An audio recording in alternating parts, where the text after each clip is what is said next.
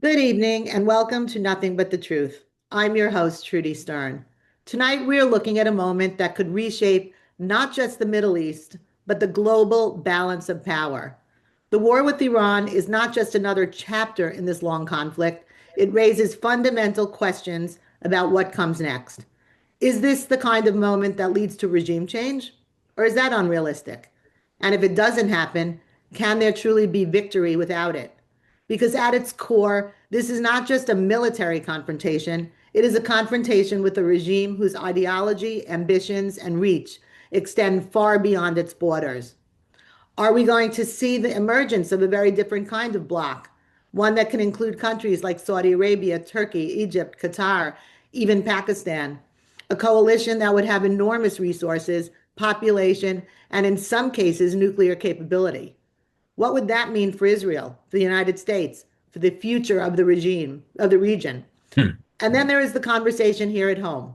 We are seeing a growing divide within the American discourse on these issues, voices that are shaping public opinion in ways that have real consequences for U.S. policy for support for Israel and for how Americans understand this conflict. What impact is that having, and what can be done to address it? Are these complex, high stake questions, and they require serious, informed analysis. My guest tonight is someone who has been at the center of many of these issues. Ambassador David Friedman served as the United States ambassador to Israel, where he played a central role in some of the most consequential diplomatic achievements in recent history, including the Abraham Accords, the historic move of the U.S. Embassy to Jerusalem, and the recognition of Israeli sovereignty over the Golan Heights. He is also the author of two books on these issues, offering deep insight into the strategic thinking behind these decisions and the future of the region. He is a close observer of the Middle East, a deeply thoughtful voice on the U.S. Israel relationship, and someone who has not hesitated to speak clearly about the challenges we are facing, both abroad and here at home.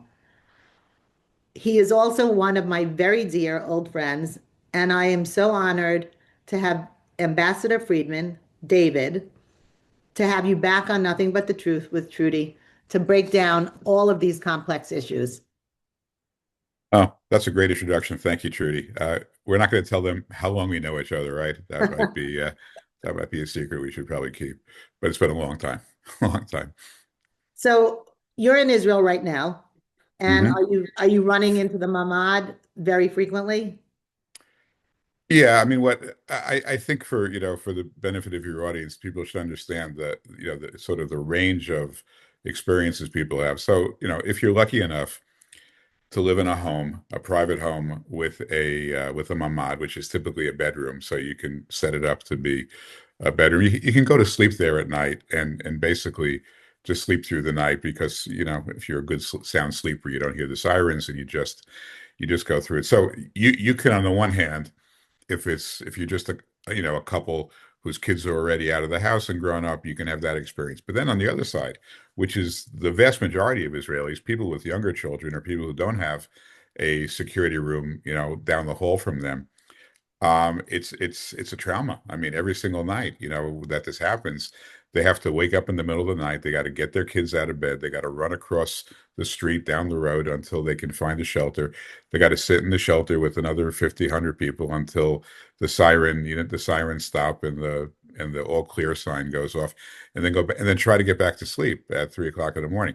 So, you know, we're fortunate just that we don't have to do that, but it is the most common experience of most Israelis, and it's awfully difficult. People talk about Israelis being resilient.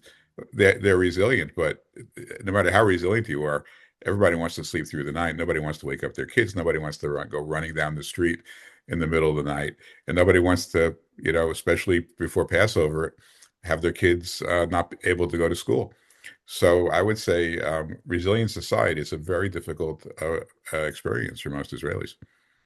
Wow, it sounds really, really horrible and really difficult. It sounds like COVID on steroids. Yeah, Um, it's tough. really tough.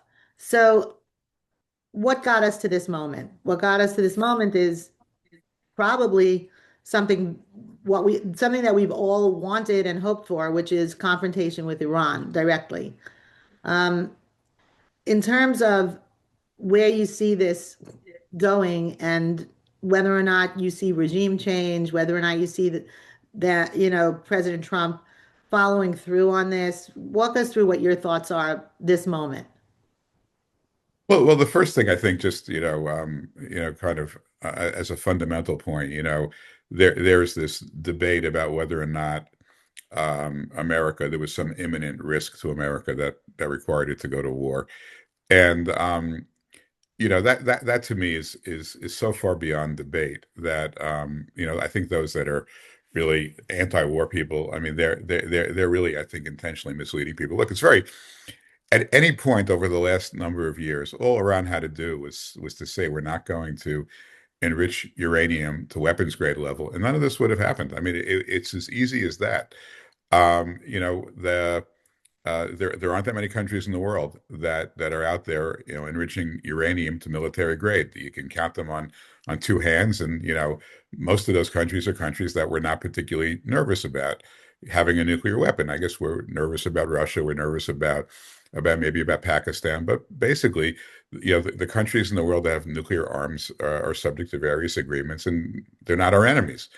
Iran, like I guess North Korea, you would put in that category as well. These are countries that are enemies of the United States, enemies of Israel, enemies of the West, enemies of the free world, and we've seen what North Korea has been able to accomplish by going nuclear, and Iran is just as deadly and even crazier a country because it's a theocratic, its aggressiveness comes from a warped sense of theology. So, just recently, they basically looked Steve Witkoff and Jared Kushner in the eye, and they said, "Look, we're not giving up our enrichment of uranium. We're just not doing it." And by the way, guys, we happen to have enough enriched uranium right now for 11 bombs.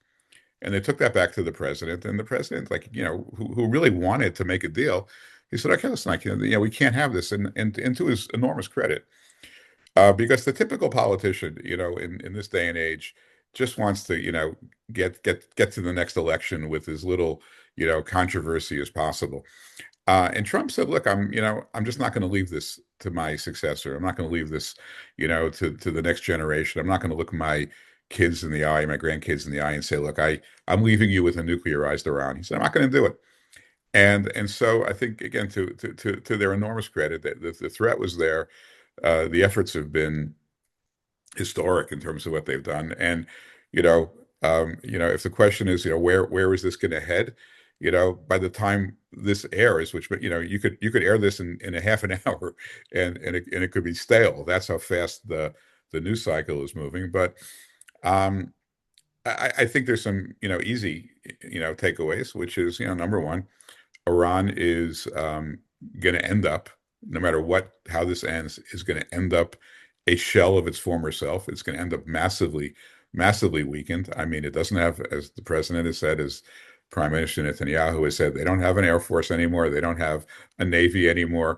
They don't have the equipment anymore to make ballistic missiles. They've lost most of their launch sites.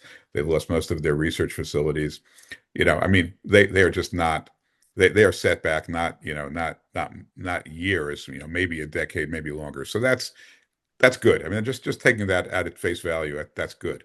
Will they turn into into Finland or some or some benign country that can make peace with America?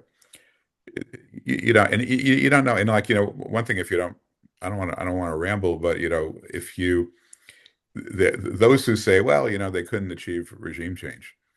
I mean, that's kind of it's really kind of an immature kind of view. Like, the internet is shut down in Iran right now, right? I mean, there's people all over the streets with guns. I mean, did you think you're going to get regime change like in an hour, in a week, in a month? I mean, it's not that simple, especially when you don't even have an internet to organize people. I like to tell people that one of the great statements in politics over the last century was when Ronald Reagan said, he stood at the Brandenburg Gate in Berlin, and he said, "Mr. Gorbachev, tear down that wall." And everybody gives him credit for the end of the Cold War, but that was in 1987, and the Berlin Wall didn't come down until 1989. took 2 years for that statement to be internalized and result in the end of the end of the Soviet Union. It takes time, and what I think, the president is doing, again, with incredible assistance from Israel. It's incredible to watch the two countries working together. What they've achieved is the best possible opportunity for regime change to occur, but they're not going to, U.S. and Israel are not going to create a regime change. They may do some covert stuff that may help facilitate it, but it has to come from within, and it doesn't happen overnight. So, I would say we have, no matter what, we'll have a much more weakened Iran when this is over, and I believe we will have regime change, but I don't think it's going to happen overnight. So if we do not have regime change, then obviously we're in better shape. Israel and Right. America are in better shape because the capability, nuclear capability, would be weakened. Although they're such liars now with their long-range missiles that we now see that they hit Diego, that they were totally lying about the range of their missiles. So they're probably lying about lots of things, although I Hmm. think our intel has proven that we have reduced their capabilities. But if we don't effect regime change, then we've only accomplished half of the task because it seems like they will go right back to building and right back to creating, what they've lost. So my first question is, what do you see do you see having regime change, and do you think that's realistic, firstly? And you answered part of that just now in talking about it a Yeah. little bit. But if we don't achieve regime change, have we just really missed the mark here? Number one. And number two, who would be best poised to take over this regime? We had on Right. this show like a couple of weeks ago, Senator Langford, who said that he thought that it could be, um, that Iran would be broken down into different regions, that there are different clans. So the Kurds are in one area, and that he could see it being divided up into smaller territories. And then, of course, people are saying that Pahlavi could just come back, although others say that that's unrealistic. Um, how do you see regime change happening? Listen, I think these are all really good questions, but the reason why they're such good questions is because they're almost impossible to answer. Look, maybe I'm just, over simplistic. I mean, I think we live in a dangerous world. There's a lot of dangers everywhere. And, we deal with those dangers as best we can. We try to slow them down. We try to eliminate them. We try to make the world a safer place. We're never going to make the world a completely safe place. We're never going to, defeat every one of our enemies. We're not going to eliminate, the ability of rogue nations to do damage. I mean, this is unfortunately just, these are facts of life. We just have to make them, we can make them better. We can make things safer. We can make, risks smaller, but we can't eliminate risks and we can't, create absolute safety. So to me, I look at the war and I say, okay, look, this is a country that has threatened its own citizens, threatened Israel, threatened the United States, threatened our partners in the Gulf. It's got far too much strength right now. It's got far too much weaponry. It's got far too much capabilities. Let's shrink it as best we can. Okay, that's step one. And we're doing that. And if that's all we end up doing, I'm a yes on the war, and I believe it's been a success. All the people that say, well, if you don't do these things, you failed. It's not my view. I think we've succeeded in a lot of our objectives. Look, Marco Rubio said the first day, our goal is to eliminate the ballistic missiles and the nukes. We're pretty close to that right now. He didn't say we're going to eliminate it and make sure that it never comes back, because never is a long time. And you just can't always do that. But so that's number one. Number two, will there be regime change? There could be. There could be divide. I mean, it's a very big country. Iran's the size of Alaska, so there's a lot of people there, a lot of different a lot of different people. Could be. Um, I'm not.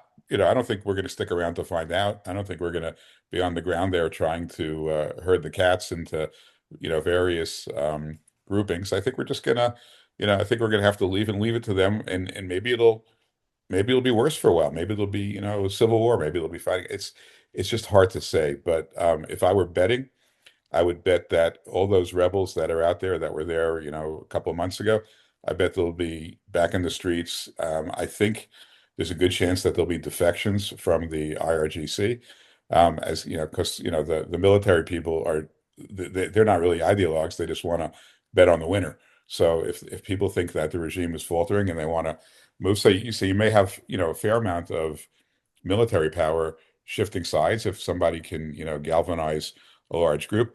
But this is like, this is, I'm not, I think we have to have enough humility to know that, we're not sure what's going to happen. Um, and I think we do all these things notwithstanding the fact that we're not sure what's going to happen. Because whatever happens, it's still better than where we were before the war. So, first of all, I want to say your perspective is so amazing in that you actually put it into a framework that most people don't really realize. You see all over the internet, oh, if there's no regime change, we haven't affected anything. But you're right. You're totally right. We've affected a lot. We've, reduced a tremendous threat. We've, made the world a safer place. So we have done a lot. So Mhm. that is a tremendous perspective and very even keeled and even tempered. So I see why you were an ambassador. I totally see that.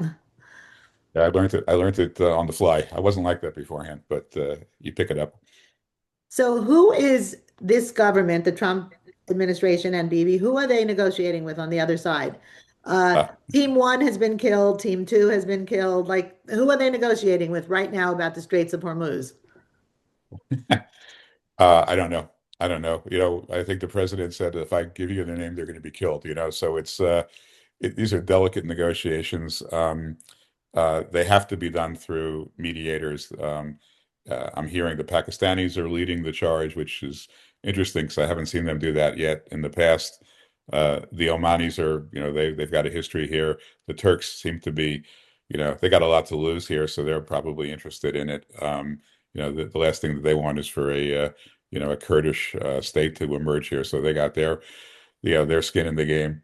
Um, but I don't know. I don't know. I mean, I think there's it's really a tough question. Like it's really great that they've decapitated the almost the entire leadership of the Iranian government, but there is a consequence there that you got to find someone to talk to. So um, I think that the one thing that's really interesting about this war, a little different than Iraq, and is that the intelligence that the Israelis bring to this and share with America is really exquisite. I mean, it's just, you know, Israel has been, majoring in Iran. The Mossad has been focusing on this for 50 years. Ever since, at least since 1979, certainly.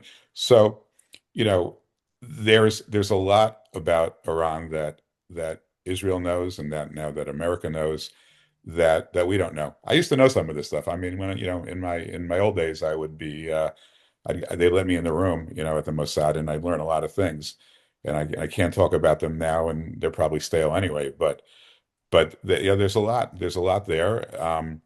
And I believe the president. They accused the president of just kind of jawboning this to bring down the price of oil. There's no way. I mean, there's no way that's the case. They definitely are having conversations.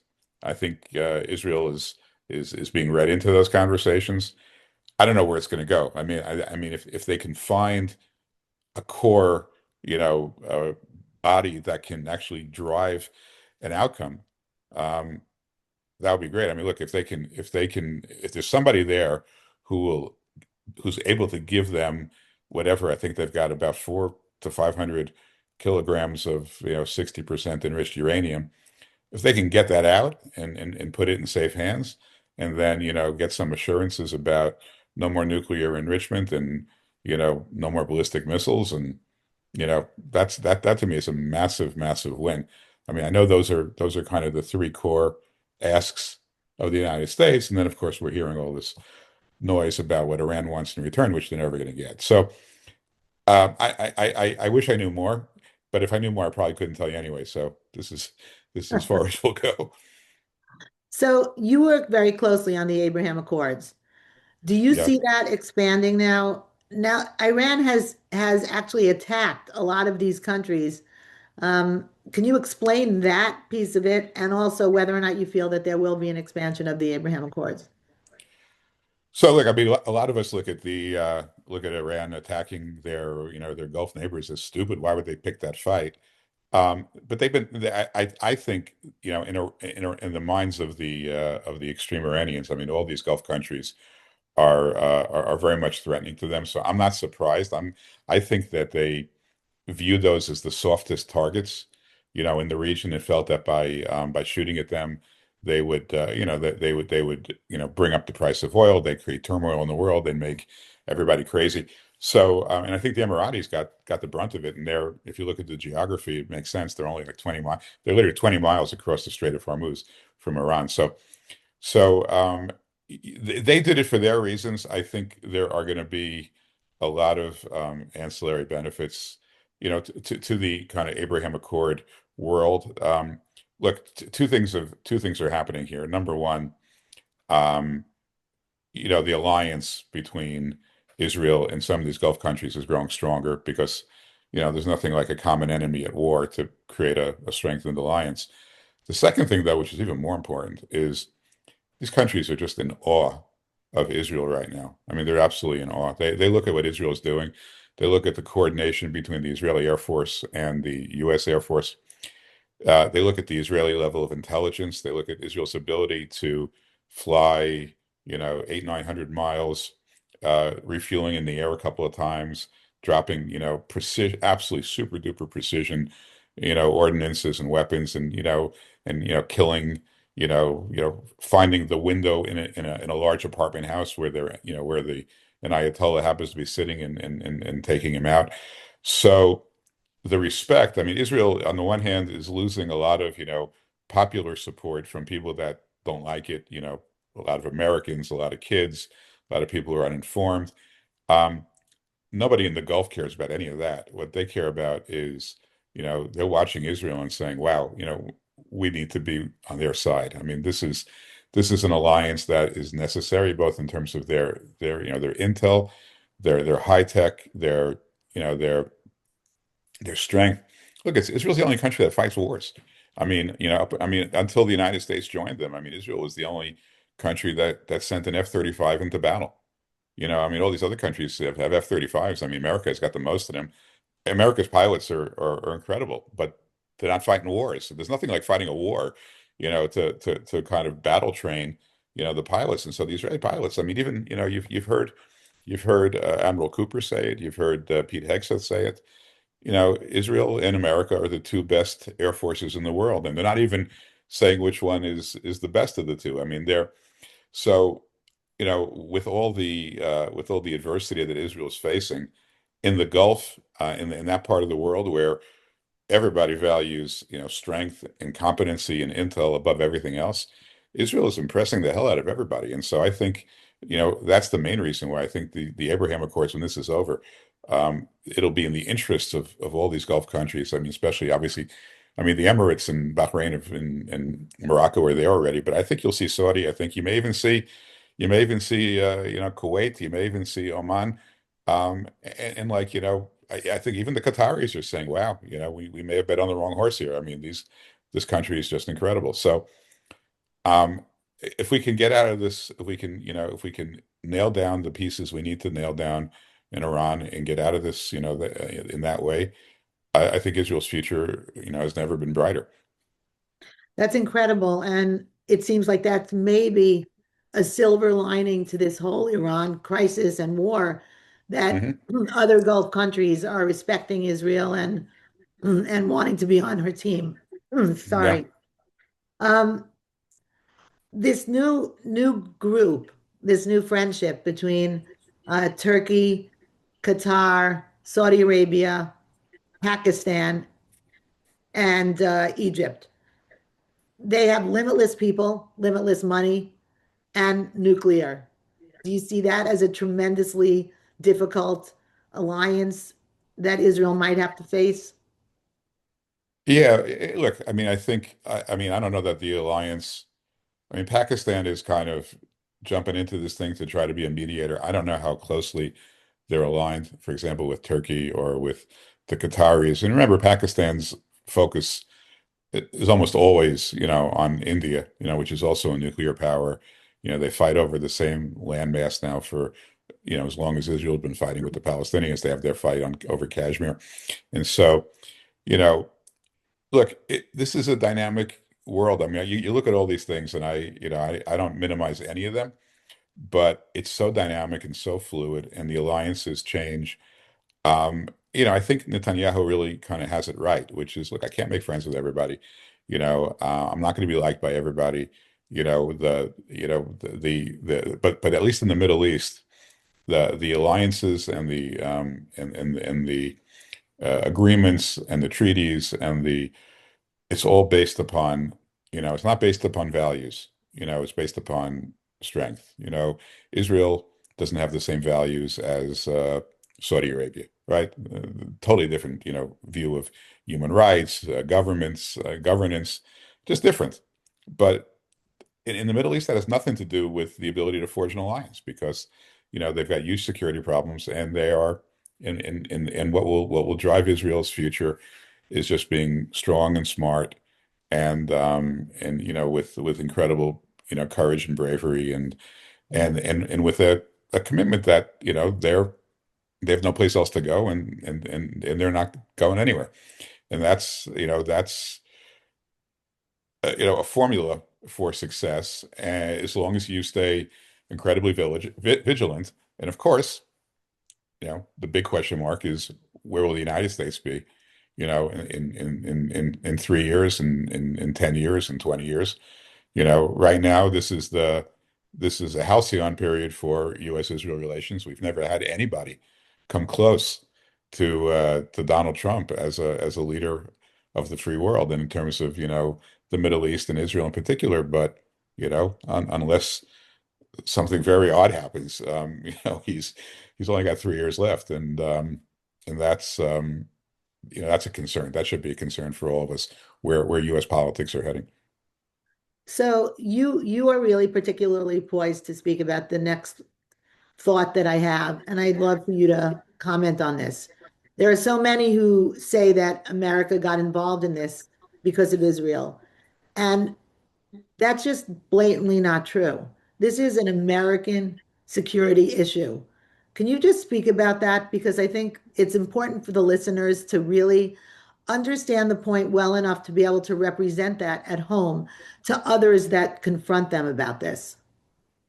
Look, I know that this was the president's decision. I mean, I just know it. I know it from my own personal knowledge, speaking to people that are involved today.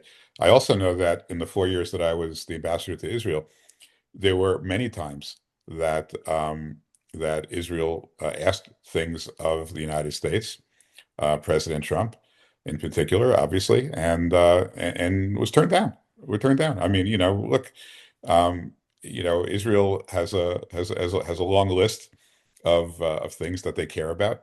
They share that with the U.S. government all the time. They share that with every presidency. And sometimes they get what they want, and sometimes they don't. And whether they get what they want or don't get what they want is a function of whether the U.S. government considers what they want to be in America's interests. That's the barometer for anything that America does. I lived through that for 4 years, and with the same president. He has a good relationship with the prime minister. They've come to they've had disagreements as well. I've been right in the middle of it when they've had some disagreements. Right now, I think they are really, really close. I think the president has enormous respect for Israel's ability to climb out of the darkness of October 7th of 23. Its ability to fight a war on seven fronts. Its ability to knock out Hezbollah. I mean, at least to a major extent. Being able to decapitate so many of their leaders through that incredible blowing exploding pager trick. Um, you know, um, so I mean, I think the president sees Israel as being a great partner. After once he concluded that he wanted to go to war with Iran or attack Iran, maybe it's not a full-fledged, whether it's a war, is debatable. But when he decided he was going to attack Iran, I think he graciously accepted the help from Israel, because they're an incredible partner, as good a partner, as good a fighting partner anywhere in the world. And so they're doing this together. But this is America making a decision and then including Israel in the effort, because including Israel was good for America, made America, a more formidable foe. So, I just know it's not true, and people like to, this is a great, I mean, you see this everywhere. You see this with Tucker, with Megan, with Candace Owens, all these low-life, miserable, cretins, talking about how, Israel, basically the Jews are forcing America to fight their fight. They're forcing America to, to send their sons and daughters into battle for their benefit. Listen, more Israelis have suffered. I mean, the blowback from this war is landing right here, like right down the block from me, right, in the next town. I mean, people have there are hundreds of people in hospitals, and unfortunately there's a whole bunch of people who are now, orphans and widows because of the missiles that have been shot at Israel. Have been shot in America. So, this idea that Israel is sitting back and letting America fight its battles is just it's so offensive and demeaning, and it really, unfortunately, is designed to get people to really hate Israel and ultimately to hate Jews. And it's drawing blood. It really is. It's causing a huge amount of anti-Semitic actions, not just the thoughts, not just not just statements, but really, real, people are getting hurt out there, and they all should be ashamed of themselves. How concerned are you about people like Joe Kent? I know you've tweeted about it. I've seen your tweets. Yeah. Um, how concerned are you about the effect that this will have? Look, the problem is that Joe Kent, there's not just one Joe Kent out there in the world. I mean, there's U.S. government is a very, very big place. And, the president doesn't hire every single person that enters the government. And there are people out there who would like to see, you know, Joe Kent's out there, the folks that think that Israel has too much influence and too much power and is drawing America in the wrong direction. It's not just him. He's an embarrassment. I mean, I don't know how he ever got hired. He's an embarrassment. I'm sorry that he lost his wife. I mean, he's obviously been through some trauma. Maybe that's the reason, but blaming all this on Israel is it's lazy, it's stupid, it's frankly boring. It's gone on for too long. But it's a matter of concern. It's just an easy off ramp to people for people that don't like the president, for people that don't like Israel, for people that just don't like wars in general. It's an easy off ramp to say it's Israel's fault, because that way you don't have to get into a fight with the president. You don't have to get into a fight, with Secretary Rubio or Pete Hegseth. You just blame it all on Israel, and you get it off your chest that way. And it is a concern. There are more Joe Kents still in the government. Very, very troubling. And thank you, because I know you tweet about it a lot, and I know you're very active on Twitter, trying to dispel all of these crazy, crazy comments that Tucker and Candace and Joe can't say. So thanks for staying vigilant on that. Last question, David, because sadly, I know you have a time stop and our time is going to be up. But you've written extensively about the one state. And still, although we're in the midst of this war with Iran or a conflict with Iran, that is still a question mark. What's going to happen in Gaza? Yeah. So, what do you see happening there now after this Iran war, where Iran has been exposed as what they've actually been up to? What do you see actually happening?